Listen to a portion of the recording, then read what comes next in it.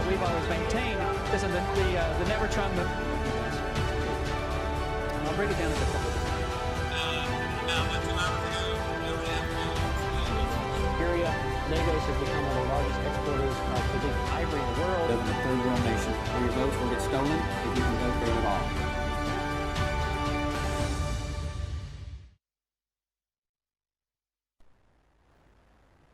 Hello, welcome to Around the World with Dane Waters. I am your host, Dane Waters. A lot to talk about today. So, world events.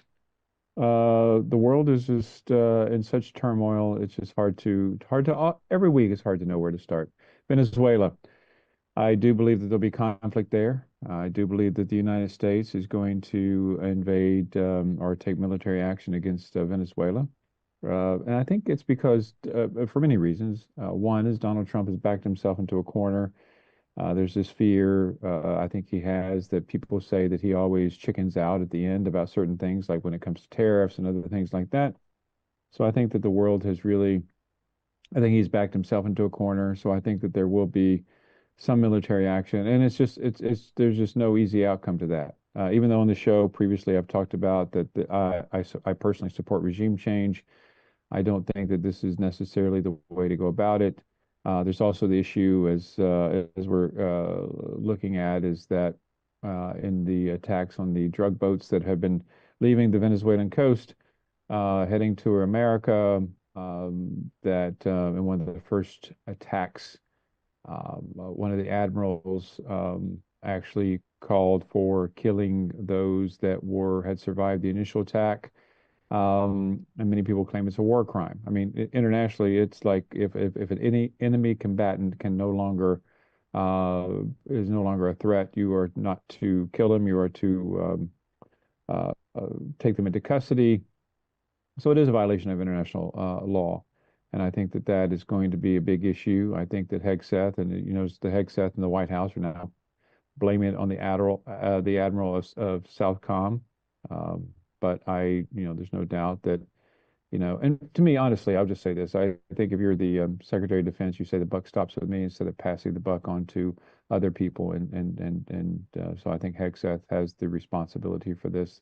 That's number one. Ukraine war continues on. I just don't think there'll be a peace deal at all of any kind. We live in a world where Putin has the upper hand, and it's because of Trump. Absolutely because of Trump, because he keeps giving him a lifeline. And I just don't see that there's any reason for Putin to negotiate. So Jared Kushner, the president's son-in-law, and Steve Witkoff are in Moscow for meetings with Putin. But once again, I'm just going to predict here that the war is going to continue, especially through the winter. I just don't see that there's any reason. America has lost its leverage against Putin in so many ways. And I think that's because Trump doesn't care if the war ends, to be honest with you. That's number two.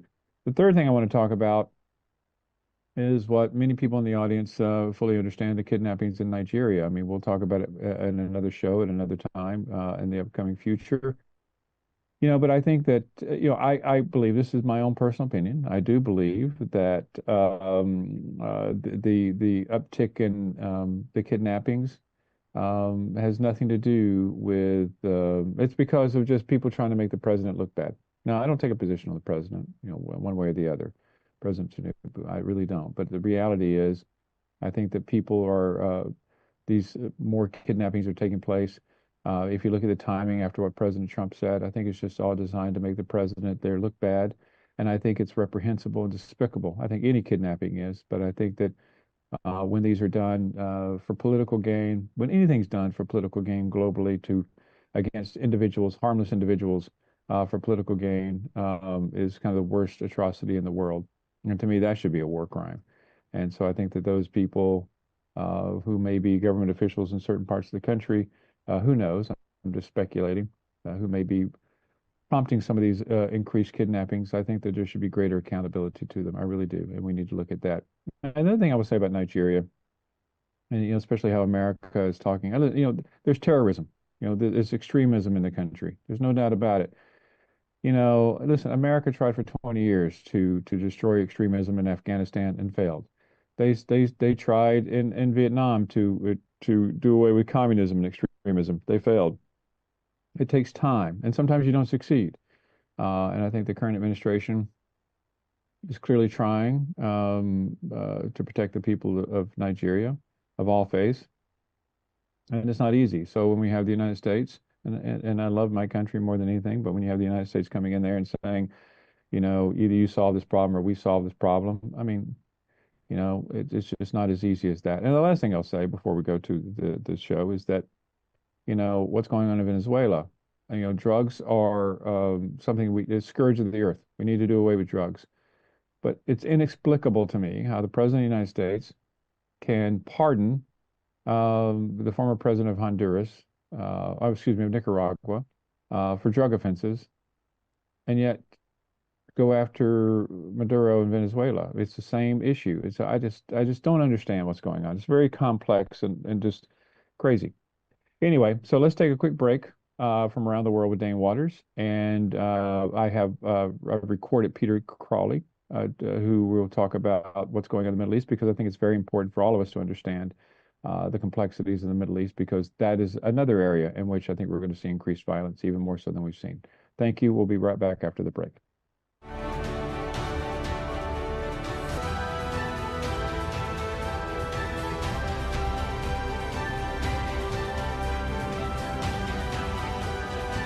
What we've always maintained is in the Nevertron. I'll break it down to the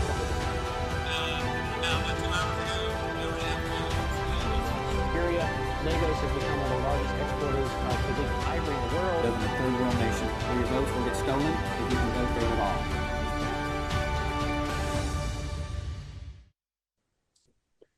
Welcome back to Around the World with Dane Waters. I'm your host, Dane Waters. Today's discussion, we're really going to do a deep dive into the Middle East. And here's a little background. I was just watching this weekend the F1 race in Qatar. And first of all, I should say, welcome, Peter. How are you? I'm very well, Dan. Thank you. It's just a self-centered Dane. He just wants to talk, just to watch myself talk on TV. But as my guests may remember, I had Peter Charley on our conversation before when we were talking about basically, we just don't know what the truth is anymore, and which we'll talk about at some other point as we have this conversation. But Peter, first, so your background, you have an extensive background and knowledge of the Middle East, right? So talk to us a little bit about what your background is. Well, I'm a Australian-born journalist. I've traveled and worked all over the world, most recently in Qatar, where I was based in Doha, working for the Al Jazeera network. I was with Al Jazeera for about 10 years, initially running its North American operations out of Washington. But then I was brought over to the headquarters in Doha. So yeah, I've spent quite a bit of time in that part of the world. It's a very interesting part of the world. Qatar itself is a fascinating country, a very liberal country in many ways. Friends of mine, when they learnt I was going to move there, would sort of say, "Oh, you poor thing, you won't be able to get yourself a beer," or something like that. But in reality, it's a very easy place to live. There are giant liquor stores available to people Westerners who live there. Westerners, I might add, the local population aren't allowed to purchase alcohol. And all kinds of luxuries and privileges applied to people who live there, not to mention, very large salaries, tax-free. So, it's a very interesting country that attracts a lot of people from around the world. The local population is actually very small relative to the number of people who live in Qatar. And of course, it's emerging as a sort of Switzerland of the Middle East, a place where deals are brokered and important talks are held. It was in Qatar that the meetings were held that ultimately led to the withdrawal of US troops from Afghanistan, with Taliban leaders based in Qatar. It's a very interesting hot pot of discussion and swirling ideas, it's a critical sort of flex point of the Middle East, I would say. Well, it's interesting you brought up the Afghanistan issue. I want to try to cover that. We have a lot to cover in a short period of time here. And of course, you touched on, making sure one of the most important things to me, making sure you can get to the liquor store. So that's all that matters, right? So, I was uh, relieved. So, yeah. Okay. So I want to, once again, I want to go through the baby steps because, there's a lot of misunderstanding about the Middle East. And so I kind of want to go through it. So people, especially, Americans, because they lump all Middle Easterns together and they need to understand that there's a difference. So let's first talk about, most people lump all Muslims together. Say you're a Muslim, you're a Muslim. What the reality is there's multiple sects of Muslims, but the two biggest are Sunnis and Shias. And I think it's yeah. important that people understand, like the difference there. So can you kind of walk us through, what that divide is? Well, yes, of course, the Muslim faith is, split between Sunni and Shia. This is a division that emerged very early on in basically a disagreement over the way the religion should move forward following the death of the Prophet Muhammad. And it's manifested in quite a significant division that is evident in geopolitical playouts around the world. It's it's a division that a lot of people, as you say, don't really fully understand. And I think the best way to understand it, I think, is to live in that part of the world and try to get a sense of just what it is that that motivates both sides of that divide, that philosophical belief divide.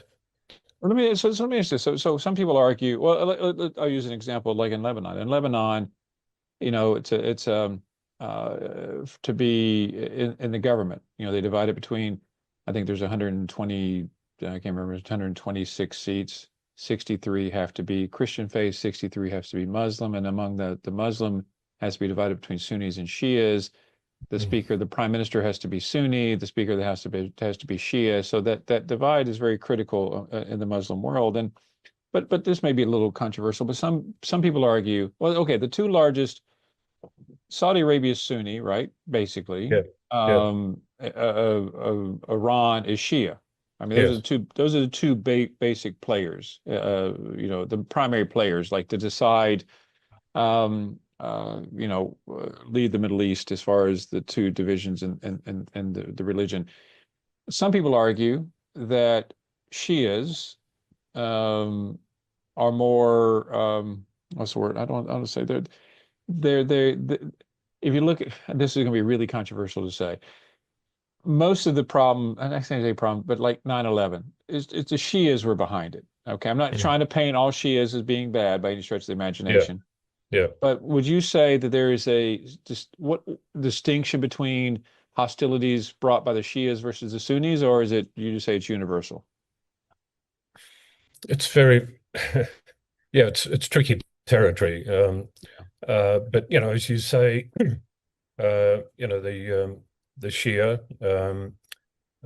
have developed a reputation in places like Iran as hardliners. It's not to say that bad things don't happen on the other side of the aisle, as it were. But I mean, it's very difficult territory to step into there. I think I wouldn't want to suggest that one side of the religion is good and the other is bad. But I think there are bad players on both sides and good players on both sides.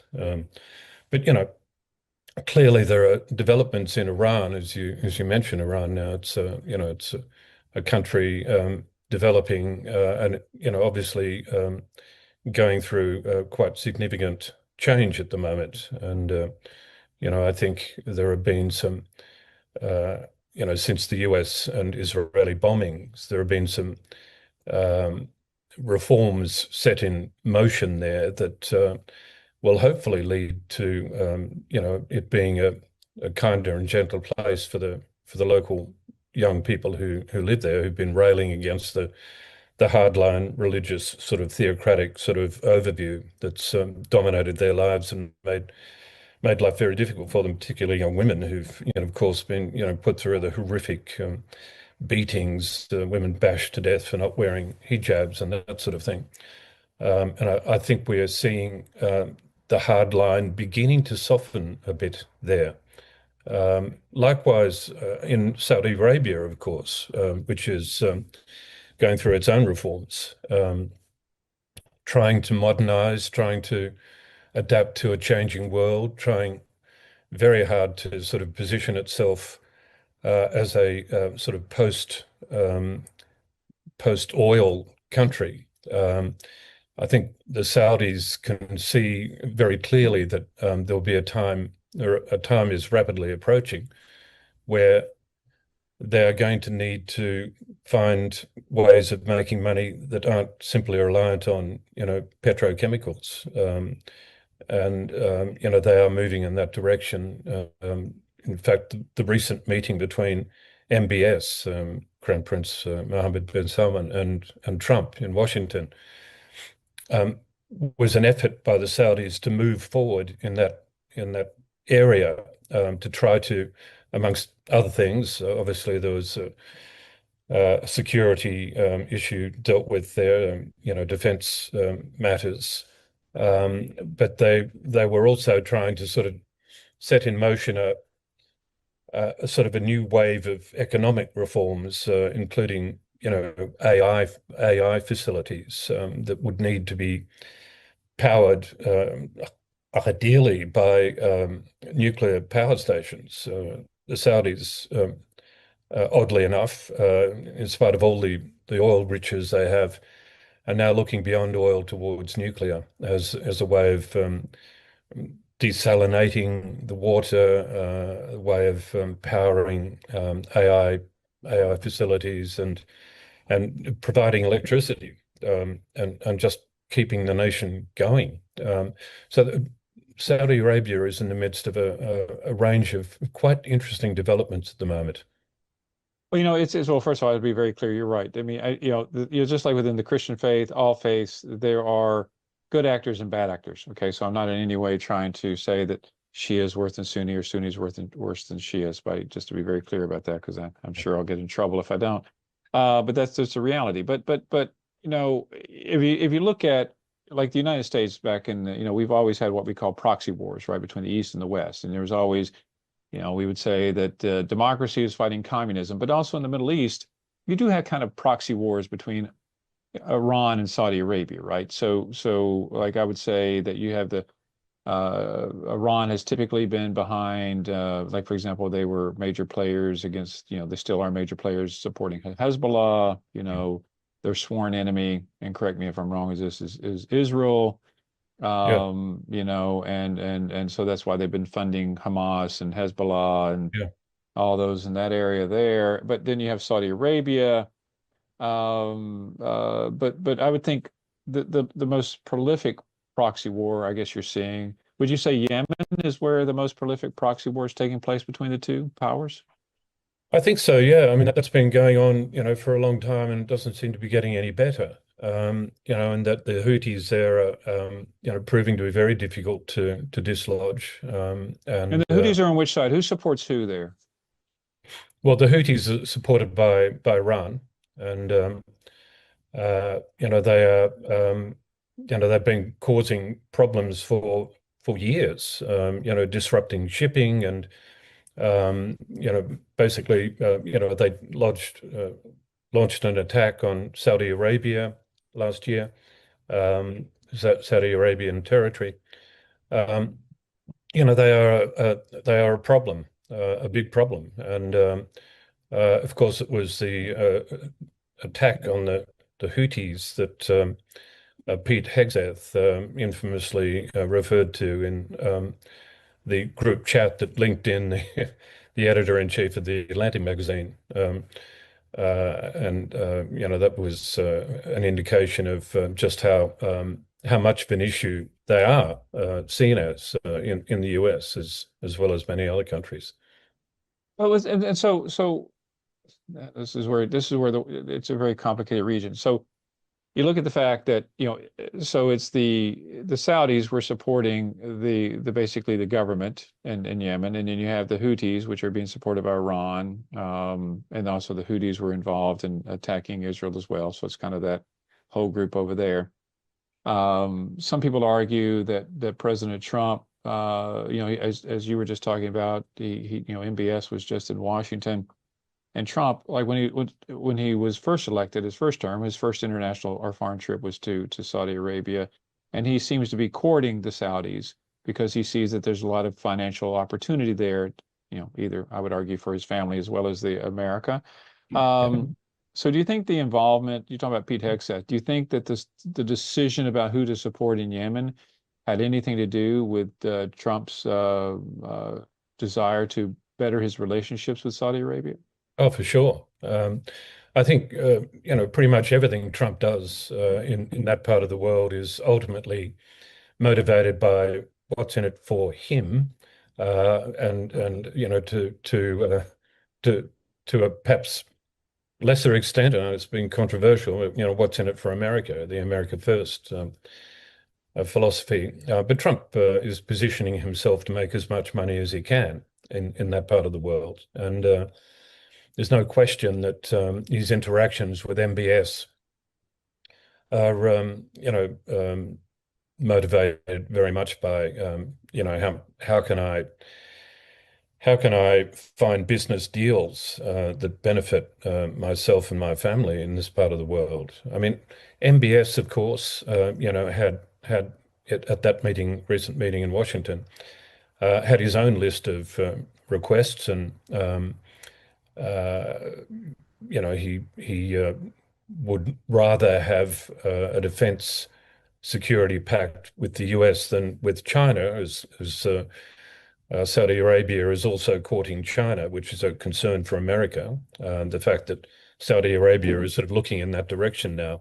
I think the US is trying to sort of pull Saudi back from the embrace of China, and try to maintain an American sort of foothold and presence in that part of the world through Saudi. Of course, the US has Israel, well and truly sort of in its orbit. But yeah, the Saudis, MBS's offer of $1 trillion investment in the US, which is obviously staggering amount. It's about the same amount as the entire Saudi sovereign wealth fund. Was obviously something that's very attractive to Trump. He loves big numbers. He loves, flashing dollar signs. And when the Saudis,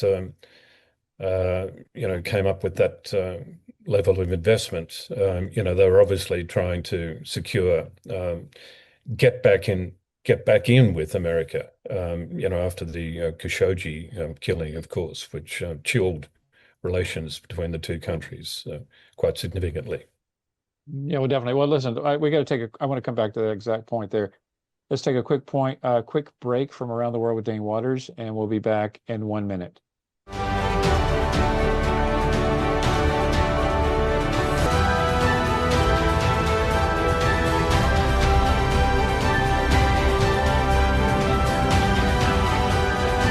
What we've always maintained is that the never Trump movement. I'll break it down into a couple of Syria, Lagos has become one of the largest exporters of Pacific ivory in the world. Live in a third world nation where your votes will get stolen if you can vote there at all.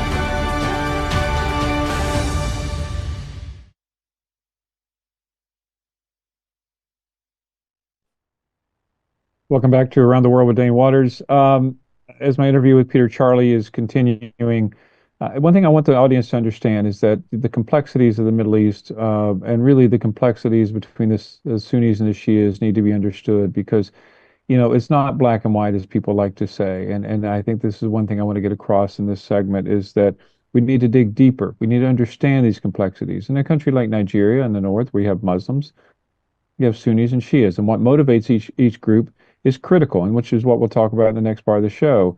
And that motivation, understanding the different sects of the motivations, it's like understanding what motivates a Catholic versus an Episcopalian versus a Baptist or a Protestant. I mean, the motivations are different. So you can't lump just Christians and Muslims together in the broad sense. If you really want to solve some of these global conflicts, you have to look deeper. And that's one thing I want to do in this show. So let's continue with my conversation with Peter Charley, and I hope you enjoy it. Thank you very much. Welcome back to Around the World with Dane Waters. That was a quick 1 minute break.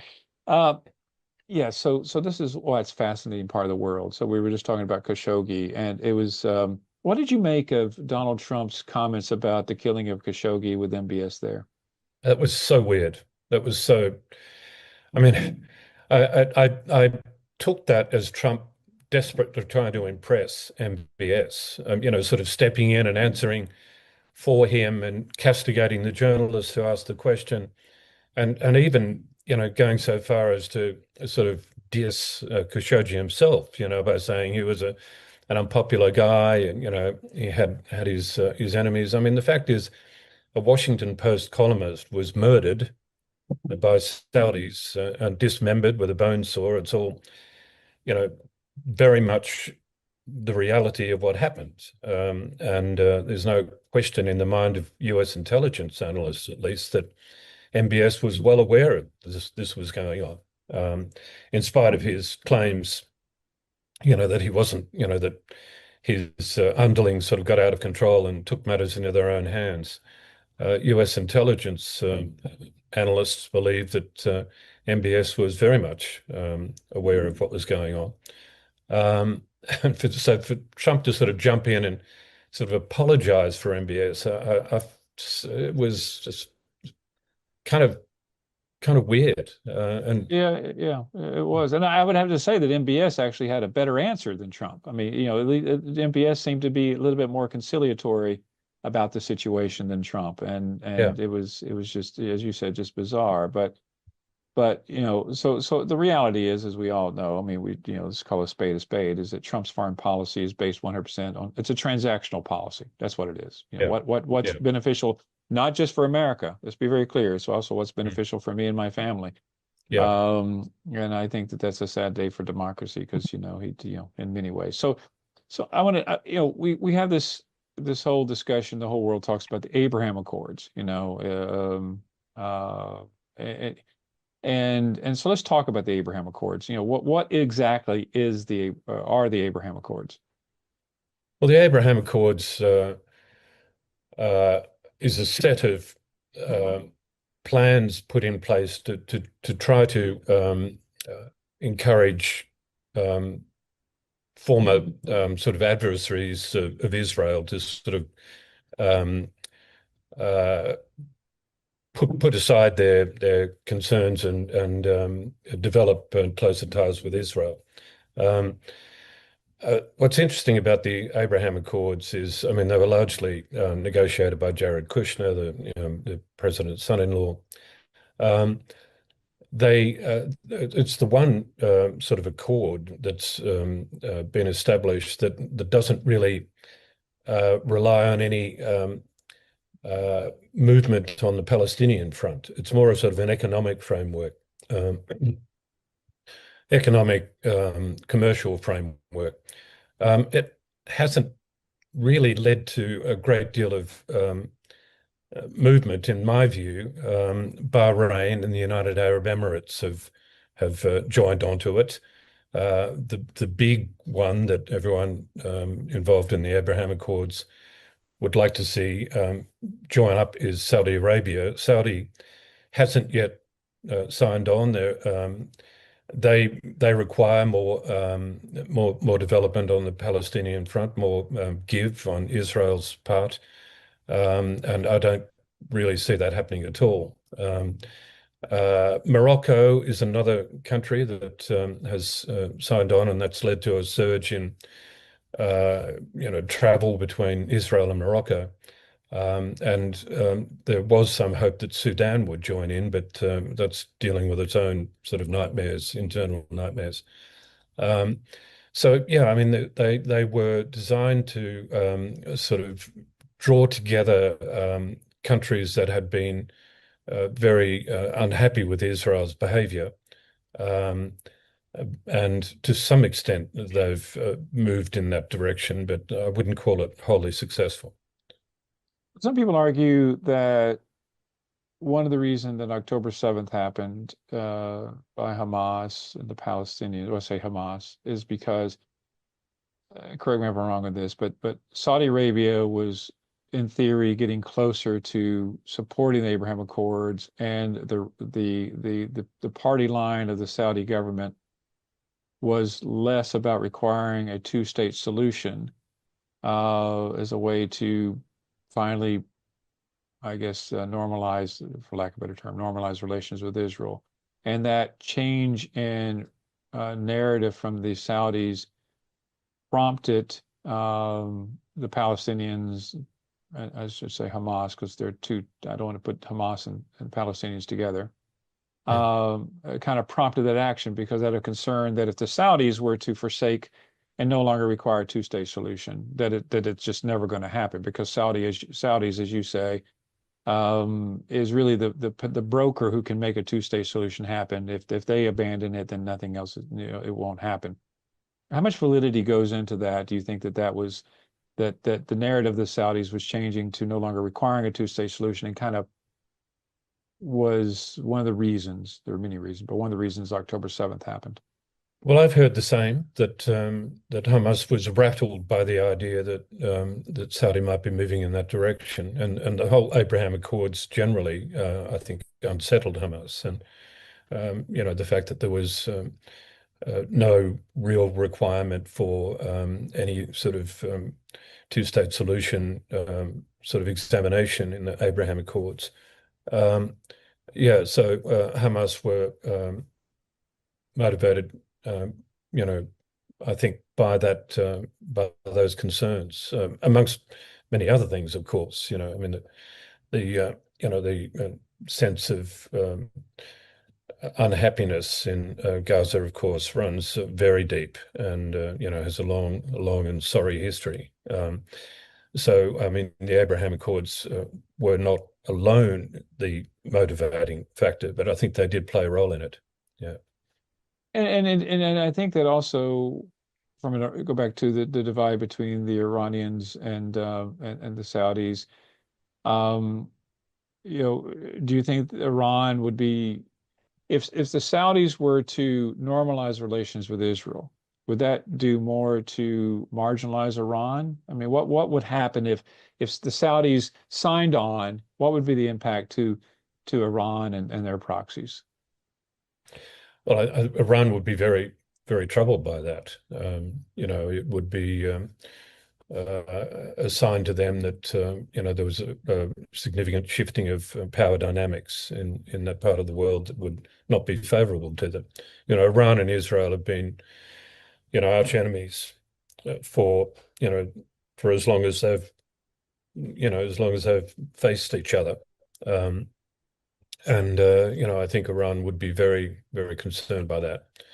But I think Saudi wants to see some more latitude on Israel's part towards the Palestinian issue, and Israel does not seem to be moving in that direction. And I can't see Israel, in spite of what it might say diplomatically, I can't see it ever really wanting there to be, a thriving Palestinian state. They would see that as possibly the opening up of another base for more Iranian proxies, and I think that scares Israel, very, very deeply. Yeah, no, I absolutely agree. I mean, I've had several spokespeople from the IDF on here and challenged him about that situation, and I think, my prediction is that, over a matter of time, you're seeing part of that now, is that the Israelis are going to try to take over the West Bank, and basically, they've already destroyed Gaza. They'll take over the West Bank. There's more activity now in Lebanon. There's more activity in Syria. I mean, it's just, it's a very sad situation. But but once again, some of these are very simplistic questions, but it's good for the audience to understand. I mean, if you look at foreign policy of the Saudis versus foreign policy of the Iranian government, I would argue that the Saudis, very similar to Trump. I mean, it's a transactional, they're looking for economic development. I mean, they have their foreign policy is based upon what is best for the country economically, and they seem to have, in many ways, somewhat abandoned their ideological bent. Whereas the Iranians, I mean, it seems to be with the Ayatollah there, it's 100% based upon ideology. I mean, would you agree with that? Yeah, very much so. Yep, very much so. And based on that, I mean, where does Iraq fit into this? I mean, ever since the war, is Iraq stable these days? Is it, and which way is it leaning? Because I know that Iraq was kind of 50-50 divided between Sunnis and Shias, but what's going on in Iraq these days? Well, I haven't really looked closely enough at it to give an informed answer on that recently, but it was it's a rocky road with with many challenges and complications. But I haven't been there recently, and I haven't really. I don't think I can really answer that question. Yeah, because you don't hear a lot about them. I mean, they're really kind of just, I mean, they had elections not too long ago, but they're just kind of there, which is surprising considering how important they were in foreign policy for almost 2 decades. But and then one of the players, which in the Middle East, which I see growing, which is not technically part of the Middle East, is Turkey. They seem to have a strong interest in like Syria. And where does Turkey fit into? Once again, as I said, they're not part of the Middle East, but why do they have such interest in the Middle East? Oh, they obviously border closely to it, and it's a very strategic part of the world for them. They see the Middle East as part of the world that they need to be very much involved in and to have some control over. Erdogan is a man who likes to be in control of things, and I think they would be very much remiss not to be keeping a close eye on that part of the world and wanting to keep a hand in as much as they can in the way things operate there. And so we only have a few minutes left here. If you had to talk about what the greatest challenges, well, let me back up and say this. Many people argue we have the Ukraine-Russia war, which, once again, I would argue has global ramifications. I mean, it just does. I mean, then there are people who argue that all the troubles and conflict you see in the Middle East is a regional conflict, that it's never going to grow and have an impact on the global community. First, would you agree with that statement? Not really. I think what happens in the Middle East has the potential to inflame global tensions, and depending on whether there's any movement on development of nuclear arms. I mean, this is one thing, of course, that has very much troubled Israel, is the possibility, and the US, of course, possibility of Iran developing nuclear weapons. It's a story often told. But now with Saudi Arabia looking to develop nuclear power, there are concerns emerging that that may be the beginning of a nuclear weapons program if enrichment can be obtained. And America has offered to help Saudi Arabia go down the nuclear power track in an effort to sort of keep a lid on the possibility of there being a nuclear weapons program sort of brewing in the background. So, there are looking, far into the future, possible global ramifications that would lead to a conflagration much bigger than the regional conflict we see right now. Okay, well, we have a minute left here. So what do you see, and I really appreciate your time. So what do you see as the greatest conflict, like for the audience, if you had to think about, what's something we should watch in the Middle East, what would you say?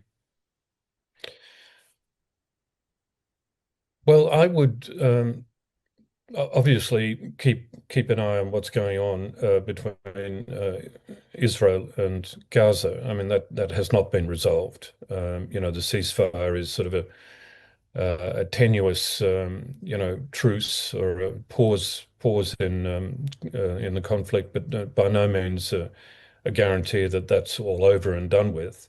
Uh, but also the Houthis, I think, in Yemen is a sleeping monster, which could emerge to be, a much bigger issue than most people realize.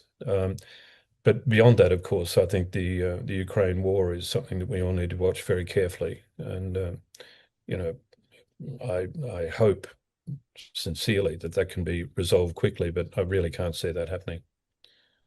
I definitely sadly agree. I mean, I think these peace talks, I think, well, just to jump to that, I think with Yermak, Zelensky's chief of staff or head of the presidential office, a gentleman I knew quite well, is leaving. I, I think that, I would argue Zelensky's days are even numbered. I mean, I think that Mm. there's going to be some strong issues and changes there. But we didn't talk about Israel. I mean, I saw that Netanyahu came out and asked for a pardon, in the Oh best yeah, interest of the country. And you've had yeah, Trump weigh in and says, please pardon, yeah, Netanyahu. And yeah. and and listen, I've worked in the Middle East for a long period of time, even when Ehud Barak was there on the Palestinian peace process. And I just, I'm not picking sides in the fight, but I tell you, it's the Israelis, they keep poking I mean, they keep just, every day it's a new strike. And when you watch, and I will say this, I know I have to go here, but when you see the video, I mean, the Israelis intentionally made sure videos of the destruction in Gaza didn't get out. But when you see the destruction in Gaza, the literally leveling of Mm. Gaza, Yeah, it is heinous. There's just, to me, I mm. mean, war is evil. I mean, I've seen war all over the world, but it's just, to me, it's just unjustifiable. There's just no Yeah, reason in my mind to have just literally carpet bombed and killed tens of thousands of individuals. So, yeah. um, No, it's uh, appalling. yeah, Absolutely and appalling. anyway, I listen. We could talk forever about this stuff, but Peter, thank you Yeah, very much. It's always a great honor to have you on the show. thank you. And one thing we try to do on the show is to help people understand these different various conflicts and not just stick their head in the sand, literally in the Middle East. But I appreciate it. Listen, you have a great day. Anyway, thanks for being with me today, and I hope you enjoyed the interview with Peter Charley. And this is what is important. What we're talking about is that people, listen, we all have to live our lives. We all have to make sure we put food on the table and roofs over our head. But what we're seeing around the world, sadly, is a total disconnect between our day-to-day lives and the challenges that the world is facing. We are heading, and I say this all the time, and I don't want to be a Debbie Downer early in the morning or anyone listening to the show, but we're heading to global conflict. It's inevitable. When you have a leader of the free world, President of the United States, who refuses to talk about the importance of democracy and freedom. And even if you don't care about democracy, it's about freedom, free societies. And I understand the importance of having transactional relationships and foreign policy, excuse me, and doing what's best economically for the United States and every individual, like the MBS in Saudi Arabia, doing what's important for their country. I get it. I understand that. But if we forsake the basic principles of what keeps the world free, the world will not be free. We see China growing. We see Russia's aggression growing. We see a United States that has abandoned its international responsibilities and not promoting freedom and democracy. And we deal with things which are important, like, drugs and immigration, which are very critical things. But if we honestly refuse to talk about the importance of protecting freedom and democracy, and the world doesn't focus on that, then we're heading toward World War